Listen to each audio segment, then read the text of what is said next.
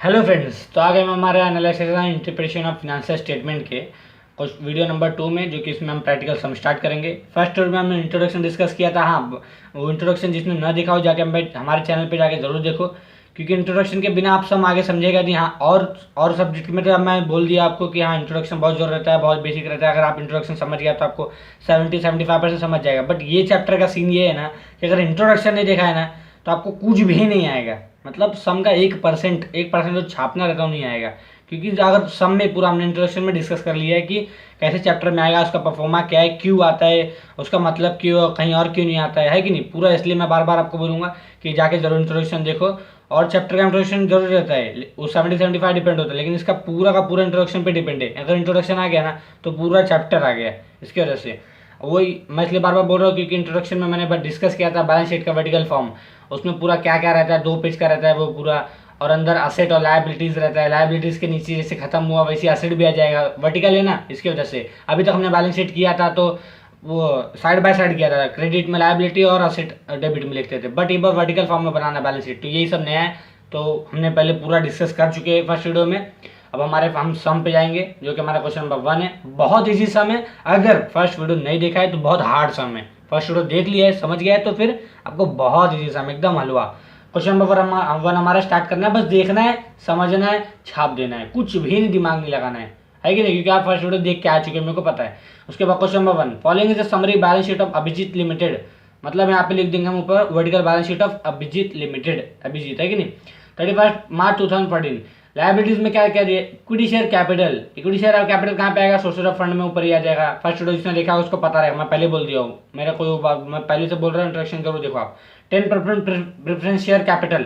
Preference share capital equity share के नीचे ही आता है कि नहीं। उसके बाद क्या, 9% डिबेंचर्स। 9% डिबेंचर किस में आता है, सिक्योर्ड लोन। डिबेंचर्स कभी भी सिक्योर्ड रहता है कि नहीं, तो बोरोड फंड के सिक्योर्ड लोन में आ जाएगा। उसके बाद क्या, जनरल रिजर्व। जनरल रिजर्व कहाँ पे आता है, रिजर्व एंड सरप्लस में आता है। उसके बाद क्या, कैपिटल रिजर्व। कैपिटल रिजर्व आता है हमारे रिजर्व सरप्लस में, है कि नहीं, रिजर्व एंड सरप्लस में जो कि ऐड होता है हमारा। और 11% बैंक लोन। बैंक लोन हमारा आएगा लोन्स में, है कि नहीं, किसमें, सिक्योर्ड लोन में, क्योंकि उस बोला नहीं मतलब सिक्योर्ड। ऐसे मतलब लायबिलिटीज में bank overdraft, provision for tax, provision dividend, profit and loss account and depreciation provision. उसके बाद असेट में क्या है, cash in hand. Cash in hand asset है ना हमारे लिए, तो ये सब आएगा किस में आएगा, वर्किंग कैपिटल में, है कि नहीं। कैश एट बैंक भी वर्किंग कैपिटल में आएगा। प्रीलिमिनरी एक्सपेंसेस, ये सब जितने एक्सपेंसेस किस में आते हैं, फिक्टिशियस एसेट में। उसके बाद क्या, गुडविल है, बिल्डिंग है, इन्वेस्टमेंट, लॉन्ग टर्म इन्वेस्टमेंट का तो एक अलग ही कॉलम है कि नहीं। परफॉर्मा इसलिए मैं पहले से बोला था आपको। हाँ, फर्स्ट वीडियो में जो इंट्रोडक्शन था कहीं से मैंने बोला था आपको कि लिंक दिया हुआ है डिस्क्रिप्शन में, वहाँ पे आप जाकर तो आपको डिटेल में मिलेगा, तो वो भी आप एक बार जरूर देखना, क्योंकि वो पूरा डिटेल में दिया है। तो कोई भी ऐसा कोई है ही नहीं क्वेश्चन में, आप चाहे फर्स्ट सम देखो चाहे लास्ट सम, कोई भी करना होगा आपको देखोगे तो उसमें सब दिया है, तो कोई डाउट नहीं आएगा। उसके बाद हम जाएंगे इंस्ट्रूमेंट का, फर्नीचर है, प्लांटर मशीनरी। प्लांटर मशीनरी कहाँ पे जाएगा, हमारा टेंजिबल असेट में, क्योंकि मशीन को आप टच कर सकते हो कि नहीं, हाँ, इसके वजह से टेंजिबल असेट में। उसके बाद क्या है, डेटर्स है, प्रीपेड एक्सपेंसेस। अब डेटर्स भी तो हम वही सीन है हमारा। उसके बाद क्या है, प्रीपेड एक्सपेंसेस। एक्सपेंसेस में जाएगा स्टॉक है, calls in arrears. Calls in arrears याद है क्या, 12th का कॉल्स इन अरियर्स। अकाउंट से, अकाउंट्स में कॉल्स इन अरियर्स आया था शेयर्स के चैप्टर में।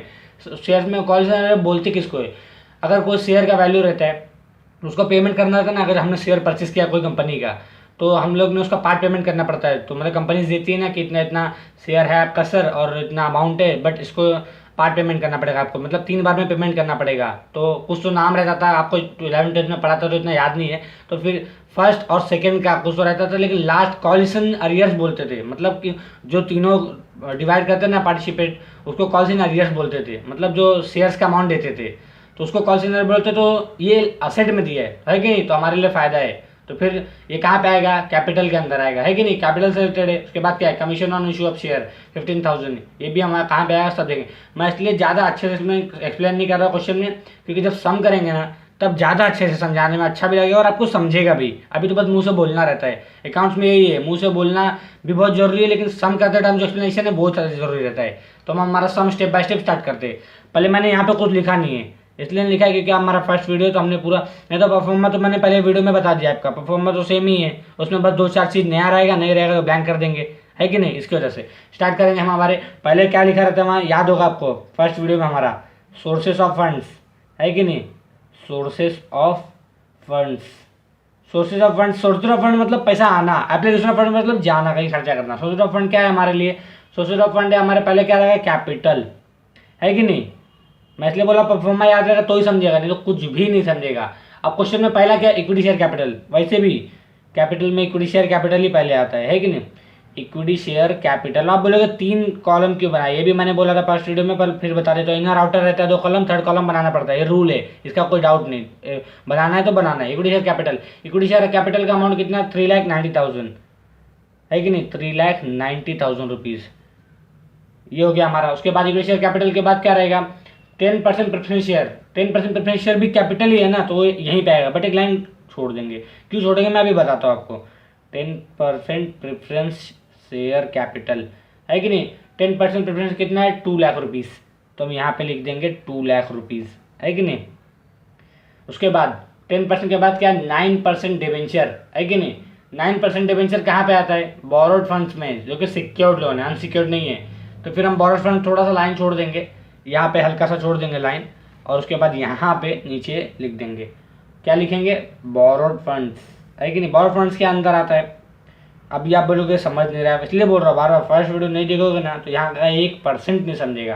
बोरोड फंड के अंदर क्या आता है, सिक्योर्ड एंड अनसिक्योर्ड, बट पहले सिक्योर्ड है ना, तो सिक्योर्ड लोन्स, और सिक्योर्ड लोन्स के अंदर कौन कौन आता है, 9% डिबेंचर, जो कि अभी हमारे ट्रायल बैलेंस में आ गया। मैं इसलिए स्टेप बाय स्टेप जा रहा हूँ, आपको समझिए। 2,50,000 रुपीज़, है कि नहीं, 2,50,000 रुपीज़। उसके बाद क्या है, general reserve, reserve and surplus में आता है। रिजर्व एंड सरप्लस कहाँ पे आता है, यहीं पे आता है कि नहीं। तो हम यहाँ दो लाइन ड्रॉ कर देंगे ड्रॉप, उसके बाद करेंगे ऐड रिजर्व एंड सरप्लस। ये सब इसमें डाउट नहीं है जरा सा भी, फर्स्ट वीडियो इसलिए बोल रहा हूँ बार बार, 3-4 बार बोल चुका हूँ, उसके बिना कुछ भी नहीं समझेगा। Reserve and surplus, reserve and surplus में क्या रहता है, जनरल रिजर्व, है कि नहीं। जनरल रिजर्व का अमाउंट कितना है, 60,000 रुपीज़। अब ये 60,000 हम यहाँ पे लिख देंगे, क्योंकि ये एक के अंदर आ रहा है, ये भी एक के अंदर आ, इसलिए अंदर लिख रहा हूँ। जैसे कि इन्वेस्टमेंट रहता है, तो इन्वेस्टमेंट कैसा सीन है कि इन्वेस्टमेंट को डायरेक्ट हम थर्ड कॉलम में लिख लेंगे, क्योंकि उसके अंदर कुछ है ही नहीं, है कि नहीं। इन्वेस्टमेंट एक लॉन्ग टर्म रहता है, वैसे ही। उसके बाद क्या है, कैपिटल रिजर्व। अब कैपिटल रिजर्व कहाँ पे आता है, रिजर्व एंड सरप्लस में आता है, और कहाँ पे आएगा, है कि नहीं। कैपिटल रिजर्व है, रिजर्व मतलब इधर ही रिजर्व सामने, मतलब वर्ड पे फोकस करने का बस, और कुछ भी नहीं है। कैपिटल रिजर्व, कैपिटल रिजर्व कितना है हमारे पास, 50,000 रुपीज़, है कि नहीं। कैपिटल रिजर्व भी हो गया हमारे पास। 11% bank loan, bank loan, loan कहाँ पे है, सिक्योर्ड लोन, है कि नहीं। बैंक लोन सिक्योर्ड है ना, 11% बैंक लोन, कितना अमाउंट है हमारे पास, 1 लाख रुपीज़ बैंक लोन का, है कि नहीं, क्वेश्चन में दिया है। उसके बाद क्या है, क्रेडिटर्स, 1,25,000 रुपीज़, है कि नहीं। अब क्रेडिटर्स कहाँ पे लिखते हैं, सोचो जरा, करंट लायबिलिटी, क्यों, क्योंकि वो हमेशा चलता रहता है ना, उसका वैल्यू कम होता रहता ज़्यादा, तो करंट सिचुएशन में चल रहा है बिजनेस में, और क्रेडिटर हमारी लायबिलिटी है, तो करंट लायबिलिटी। हाँ, करंट लायबिलिटी थोड़ा यहाँ पे लिखेंगे। अब आप बोलोगे एक अलग कॉलम में अलग पेज बन गया, नहीं अलग पेज नहीं है, इसके नीचे से यहाँ से स्टार्ट है कि नहीं। वर्टिकल फॉर्म है, वर्टिकल फॉर्म मतलब नीचे लिखना है, तो ये जो खत्म होना है यहाँ से, तो हम यहीं से हम ये स्टार्ट कर देंगे, है कि नहीं। उसके बाद करंट लायबिलिटी थोड़ा सा नीचे लिखेंगे, क्योंकि ऊपर सामान बहुत अपने ट्रायल बैलेंस बहुत भारा अच्छा खासा है, तो नीचे क्रेडिटर लिख देंगे, माइनस करंट लायबिलिटीज़, है कि नहीं। करंट लायबिलिटीज़, करंट लायबिलिटीज़ के अंदर क्या है, क्रेडिटर्स, है कि नहीं। क्रेडिटर्स का अमाउंट कितना है, 1,25,000 रुपीज़। अभी किसी का अंडर आ रहा है, इसलिए मैं इधर लिख ले रहा हूँ, अगर एक साइड सीधा रहता है तो डायरेक्ट थर्ड कॉलम में लिख देते। क्रेडिटर्स हो गया। क्रेडिटर्स के बाद क्या है, बैंक ओवरड्राफ्ट, तो बैंक ओवरड्राफ्ट भी इसमें आएगा, क्योंकि वो भी लायबिलिटी है ना हमारे लिए। बैंक ओवरड्राफ्ट का अमाउंट कितना है, 1,35,000 रुपीज़, है कि नहीं। 1,35,000 रुपीज़, ये भी हो गया कंप्लीट। फिर प्रोविज़न फॉर टैक्स, अब टैक्स कहाँ पे आता है, इसके जस्ट नीचे ही, है कि नहीं। एक लाइन छोड़ेंगे, प्रोविज़न फॉर टैक्स, है कि नहीं। किसके अंदर आता है ये, टैक्स के अंदर, प्रोविजंस के अंदर, प्रोविजंस के अंदर। तो अंदर आया मतलब यहाँ पे कॉलम लिखना पड़ेगा, 1,40,000 रुपीज़, 1,40,000 होगा। Provision for tax, provision for tax के बाद क्या आएगा, प्रपोज डिविडेंड। प्रपोज डिविडेंड कहाँ पे आता है, जस्ट नीचे ही, क्योंकि डिविडेंड ना प्रपोज, तो ये भी यहीं पे आ जाएगा।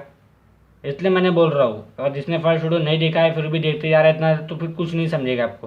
प्रपोज डिविडेंड के बाद क्या है, 30,000 अमाउंट है उसका, है कि नहीं। प्रपोज डिविडेंड के बाद क्या, प्रॉफिट एंड लॉस अकाउंट, है कि नहीं। प्रॉफिट एंड लॉस अकाउंट कहाँ पे आएगा, प्रॉफिट एंड लॉस अकाउंट आता है रिजर्व एंड सरप्लस, क्योंकि प्रॉफिट हमारे रिजर्व रहता है कि नहीं। तो यहाँ पे लिख देंगे हम प्रॉफिट एंड लॉस अकाउंट, कितना, 1,40,000 रुपीज़, 1,40,000 रुपीज़ है। उसके बाद क्या है हमारे पास क्वेश्चन में, क्वेश्चन में दिया है डिप्रिसिएशन प्रोविजन, है कि नहीं। डिप्रिसिएशन प्रोविजन कहाँ पे आता है, टैंजिबल असेट में, क्योंकि असेट जहाँ है वहाँ डिप्रिसिएशन है कि नहीं। तो हम यहाँ पे लिख देंगे पहले start application of fund. Application of fund में सेकंड रहेगा, है कि नहीं। एप्लीकेशन ऑफ फंड मतलब खर्चा जितना भी रहता है असेट के, असेट का जितना भी खर्चा लगता है कि नहीं। Application of funds, application of funds में क्या रहता है, पहले फिक्स्ड असेट, है कि नहीं। फिक्स्ड असेट लिख देंगे हम यहाँ पे ए करके, फिक्स्ड असेट सब पहले से फिक्स था, कुछ हम लोग बस उसमें भरना है कि नहीं। टेंजिबल असेट, है कि नहीं। टेंजिबल और इनटेंजिबल इसमें भी दो टाइप है ना। टेंजिबल असेट्स में कौन कौन है, टेंजिबल असेट में जो भी आएगा हम यहाँ पे लाइन छोड़ देते, कोई उसका वो नहीं है, मतलब अभी आया नहीं सब में, तो आगे आएगा ना, तो हम यहाँ पे 2-4 लाइन ड्रॉ माइनस कर देंगे और यहाँ पे लिख देंगे डेप्रिसिएशन। कितना, डेप्रिसिएशन का अमाउंट कितना, 80,000 रुपीज़, है कि नहीं। तो डेप्रिसिएशन क्या, यहाँ पे लिख देंगे लेस डेप्रिसिएशन कितना, 80,000 रुपीज़। अभी आएगा असेट, इसकी वजह से यहाँ पे टेंजिबल असेट्स आएगा, इसलिए लेस डेप्रिसिएशन। कभी भी असेट के नीचे लेस डेप्रिसिएशन आता है। उसके बाद असेट में जाएंगे, असेट में क्या दिया है, cash in hand. Cash in hand किस में आता है, वर्किंग कैपिटल, है कि नहीं। कैश इन हैंड हमारे लिए वर्किंग है, इसकी वजह से। तो इसके बाद डेप्रिसिएशन के बाद यहाँ पे 3-4-5 लाइन छोड़ देंगे। 5 लाइन छोड़ने के बाद यहाँ पे 3-4 यहाँ पे स्टार्ट करते हैं हम, वर्किंग कैपिटल, है कि नहीं। एप्लीकेशन ऑफ फंड के अंदर आता है वर्किंग कैपिटल। वर्किंग कैपिटल में क्या है, cash in hand, cash at bank, सब यहीं पे आते हैं, है कि नहीं। कुछ करना नहीं है, ये इस थोड़ा सा इसलिए बोर ऐसा लग रहा होगा कि क्योंकि परफॉर्मेंस पहले से बनाया नहीं मैंने।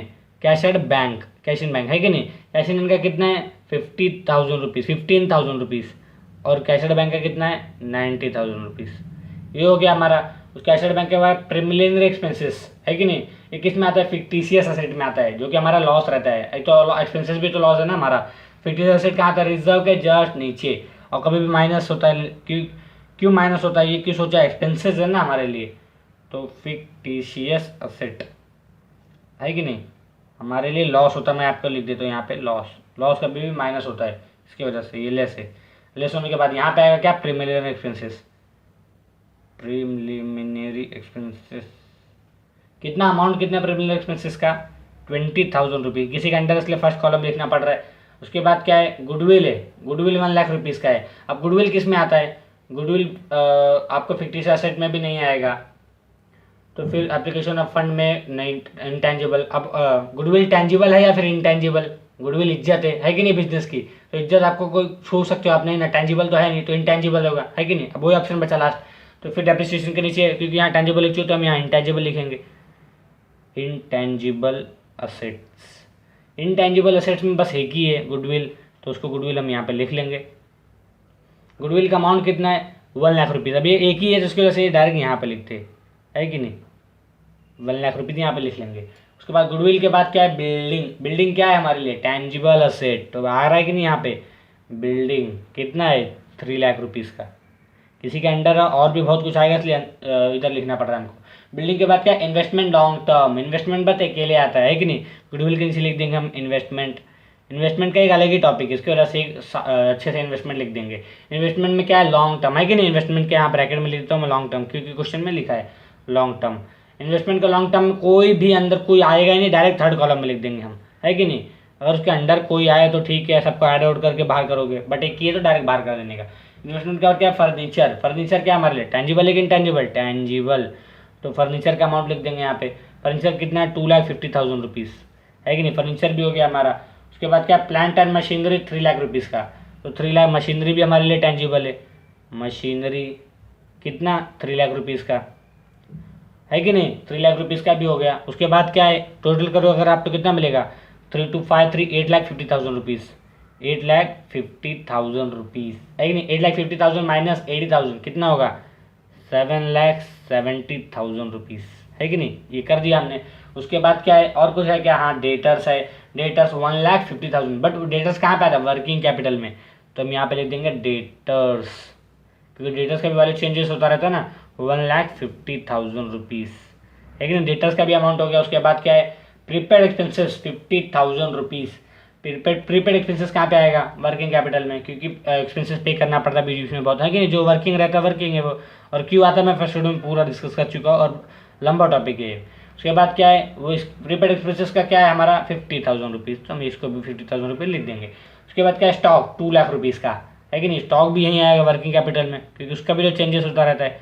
2,00,000 का स्टॉक, इसको हम करेंगे टोटल तो आपको मिलेगा 5,05,000, है कि नहीं, टोटल हमें मिलेगा आपको। उसके बाद क्या है, स्टॉक के बाद कॉल्स इन अरियर्स। अब मैंने लाइन क्यों छोड़ा था अब पता चलेगा। कॉल्स इन अरियर्स मैंने पहले बताया आपको, कोई भी लेस होगा तो फिर यहाँ पे कैपिटल के अंदर ही आता है, क्योंकि शेयर्स कैपिटल के अंदर रहता है ना, तो यहाँ पे होगा less calls in arrears. Equity share रहता है ना, क्योंकि शेयर तो परचेस करते हैं और क्या। Calls in arrears, calls in arrears का कितना अमाउंट है, 10,000 रुपीज़, है कि नहीं। 3,90,000 माइनस 10,000 कितना होगा, 3,80,000। 3,80,000 और 2,00,000 कितना होगा, 5,80,000 रुपीज़। इसको भी हम कर देंगे आउटर कॉलम में, है कि नहीं, 5,80,000। अब आप लोग डायरेक्ट बाहर क्यों नहीं किया, सब करके डायरेक्ट बाहर करेंगे तो सही रहेगा। उसके बाद क्या है, commission on issue of share, है कि नहीं। Commission on issue of share कहाँ पे आता है, फिक्टिशियस एसेट में, क्योंकि वो भी तो लॉस है ना हमारे लिए। कमीशन लेगा शेयर पे तो भी तो लॉस है हमारे लिए, तो हम यहाँ पे लिख देंगे, क्या लिखेंगे, commission on issue of share, on issue लिख देते, कोई बात नहीं। उसके बाद क्या, 50,000 रुपये, 15,000 रुपीज़। अब इसको भी आउटर कॉलम में लिखना है, कितना होगा, 35,000 रुपीज़। अब इसको भी आउटर कॉलम में लिखना है, ऊपर वाले को भी, तो कितना रहेगा इसको, 2,50,000 रुपीज़, ये भी हो गया हमारा। उसके बाद क्या है, कमीशन और ये सब मतलब पूरा हो गया हमारा, है कि नहीं। तो फिर अब हम करेंगे पूरा टोटल, जो स्टेप बाय स्टेप हमने नहीं किया है। तो फिर अब क्या करेंगे, नीचे का अमाउंट 2,50,000 और 1,00,000 कितना होगा हमारे लिए, 3,50,000 रुपीज़, 3,50,000 रुपीज़, ये भी हो गया हमारा, है कि नहीं। तो फिर अब ये साइड आएंगे, ये साइड हमने किया टोटल, पूरा टोटल किया। हाँ, ये साइड टोटल करने के बाद क्या, गुडविल का भी अमाउंट लिखा, गुडविल का 1,00,000 रुपीज़, हाँ ये भी लिख दिया। 7,70,000 एंड 1,00,000 कितना होगा, 8,70,000, क्योंकि आउटर कॉलम सबसे लास्ट कॉलम है जो वही इंपॉर्टेंट टैली होगा कि नहीं वो पता चलेगा उससे। उसके बाद क्या है, 8,70,000, 2,00,000 हमने लिख दिया, 5,05,000 टोटल कर लिया। उसके बाद इसको किया क्या, नहीं इसको नहीं किया, तो इसको करेंगे हम 1,25,000, 1,35,000, 1,40,000 एंड 30, तो आपको मिलेगा 4,30,000 रुपीज़, है कि नहीं, 4,30,000 रुपीज़, ये हो गया माइनस करने पे। फिर उसके बाद आपको क्या मिलेगा, 4,30,000, 5,05,000 माइनस 4,30,000 करोगे तो 75,000 मिलेगा। अभी आप पूछोगे करेगा कैसे, यहाँ पे ध्यान देना, माइनस का लोगो है, इसके वजह से ये जितना भी अमाउंट रहेगा ना, इसको माइनस करके जितना भी मिलेगा, 5,05 माइनस 40 कितना मिलेगा, 75,000 रुपीज़ मिल गया कि नहीं। डायरेक्ट जो आउटर कॉलम में आता है ना, बस उसी को चाहिए अपने को। ये हो गया अभी हमारा। उसके बाद क्या रहेगा, 5,00,000 यहाँ पे आया, 2,50,000 यहाँ, 35, 3,50,000। तो फिर अब इसको क्या करेंगे, डायरेक्ट आउटर कॉलम में लिखना है। तो फिर इसको पूरा हम ये टोटल करेंगे, दोनों ऐड करेंगे, 5,80,000 प्लस 2,50,000 और माइनस 35,000 करोगे तो आपको मिलेगा 7,95,000 रुपीज़। और इसको तो मिला कितना, हमारे पास 3,50,000 डायरेक्ट बाहर हो जाएगा, 3,50,000, कोई इसमें कोई टेंशन नहीं। 7,95,000 एंड 3,50,000 ऐड करोगे ना अगर आप, तो मिलेगा आपको 11,45,000 रुपीज़, 11,45,000 रुपीज़। बैलेंस शीट में कैसे टैली होता था लायबिलिटी और असेट, वैसे इसमें भी टैली होगा, बट वर्टिकल फॉर्म में ना। तो हाँ, ये बहुत इंपॉर्टेंट, मैं दूसरी बार बोल रहा हूँ कि ये जो नेक्स्ट पेज नहीं बोला जाएगा इसको। अब यहाँ पे जगह नहीं रहता ना अपने पास, पेपर में भी ऐसे रहेगा, बट बाजू में बनाना पड़ेगा। बट वर्टिकल फॉर्म मतलब इसके नीचे से ही है ये सीन, इसकी वजह से। अगर अलग अलग कर दोगे तो फिर बैलेंस शीट नहीं बन जाएगी क्या, वो balance sheet in vertical form है। अभी अगर 11,45,000 एप्लीकेशन ऑफ फंड का भी आ गया ना टोटल, तो समझ जाना कि एकदम सही है। 8,70,000 एंड 2,00,000, 9,70,000 एंड 9,70,000 प्लस 75,000 करो अगर आप, तो फिर आपको मिलेगा ही मिलेगा 11,45,000 रुपीज़, है कि नहीं, 11,45,000 रुपीज़, 11,45,000 रुपीज़ हो गया हमारा। उसके बाद क्या है, ये अब सम टैली हो गया, इसका मतलब एकदम सही है हमारा, है कि नहीं। तो फिर सम टैली के बाद एक क्वेश्चन पूछा है नीचे, ध्यान देना। बोला present balance sheet vertical form show the following net worth. Net worth किसको बोलते हैं, अब नेटवर्क में बताता हूँ आपको, बोलते हैं जो फिक्टिशियस एसेट लेस करने पे मिलता है ना, 7,95,000 जो मिला है हमको, इसको बोलते हैं नेटवर्थ। मैं आपके लिख देता हूँ यहाँ पे नेटवर्थ। उसके बाद क्या पूछा है हमसे, बोरोड फंड्स पूछा है। अब बोरोड फंड का टोटल अमाउंट कितना है, बोरोड फंड का 3,50,000, तो बोरोड फंड का मैं यहाँ डॉट लगा, आप समझ जाना, है कि नहीं। और क्या पूछा है नीचे, वर्किंग कैपिटल। वर्किंग कैपिटल मतलब वही कैपिटल, वर्किंग कैपिटल 75,000 रुपीज़ आया हमारा। अभी 75,000 रुपीज़ कहाँ पे, 75,000 रुपीज़ यहाँ पे हमारा, जो कि वर्किंग कैपिटल है हमारा। तो मैं यहाँ पे आप लिख देता हूँ आपको वर्किंग कैपिटल, है कि नहीं। कैपिटल एम्प्लॉयड कितना मिला हमको, 11,45,000, जो कि हमारा इसको कैपिटल एम्प्लॉयड बोलते हैं, है कि नहीं। यहाँ पे हम लिख देंगे कैपिटल एम्प्लॉयड, है कि नहीं। यहाँ पे भी लिख देते कैपिटल एम्प्लॉयड, कैपिटल एम्प्लॉयड, जो कि टोटल अमाउंट रहता है हमारा टैलेज जिससे होता है उसको कैपिटल एम्प्लॉयड बोलते हैं। कैपिटल एम्प्लॉयड के बाद क्या बोला है, नेट ब्लॉक। अब नेट ब्लॉक किसको बोलते हैं, हाँ नेट ब्लॉक मिलते हैं जो कि हमारा मिला है टेंजिबल असेट से टोटल, जो कि टेंजिबल और इंटेंजिबल जो कि फिक्स्ड असेट से मिलता है, जो कि 8,70,000 रुपीज़ है, इसको बोलते हैं नेट ब्लॉक, है कि नहीं। उसके बाद वर्किंग कैपिटल हो गया, नेट ब्लॉक हो गया, बॉर्ड फंड्स हो गया, कैपिटल एम्प्लॉयड हो गया, नेटवर्थ हो गया, है कि नहीं, सब हो गया। अभी हमारा फिफ्टी असेट का 35,000 रुपीज़ आया, ये दिखा है ना आपको, हाँ 50 असेट का भी 35,000 रुपीज़ आया, ये भी हो गया अभी हमारा। उसके बाद क्या है, सब तो हो ही गया। क्वेश्चन में जितना बोला था हमने पूरा कर दिया है, जो कि हमारा सम बहुत ईजी था। हाँ आपको लगेगा कि थोड़ा हार्ड था, लेकिन फर्स्ट वीडियो जिसने ना देखा उसको लगेगा हार्ड, क्योंकि ये जितना भी मैंने लिखा है ना, ये पूरा का पूरा फर्स्ट वीडियो में बस पूरा दिया है। बस आपको एक बार देखना है, रट याद कर लेना है, उसके बाद क्या है, बस क्वेश्चन देखना है और छापना है कि कौन सा किसका अमाउंट है, लिख के देख देना है कि नहीं। तो मैनेजमेंट अकाउंटिंग का हमारा जो कि पहला सम था इंटरनल इंटरप्रिटेशन ऑफ अकाउंट्स का, ये हमारा कंप्लीट हो चुका है। और हाँ हमने फाइनेंशियल अकाउंटिंग का चार के चारों चैप्टर में हमने 10-10, 12-12 सम कराया है, ताकि आपको अच्छे से समझे। और पूरा का पूरा 4 चैप्टर है, जो कि पूरा फाइनेंशियल अकाउंटिंग का वीडियो डाल चुके हैं हम, हमारे चैनल पर जाके आप जरूर देखो।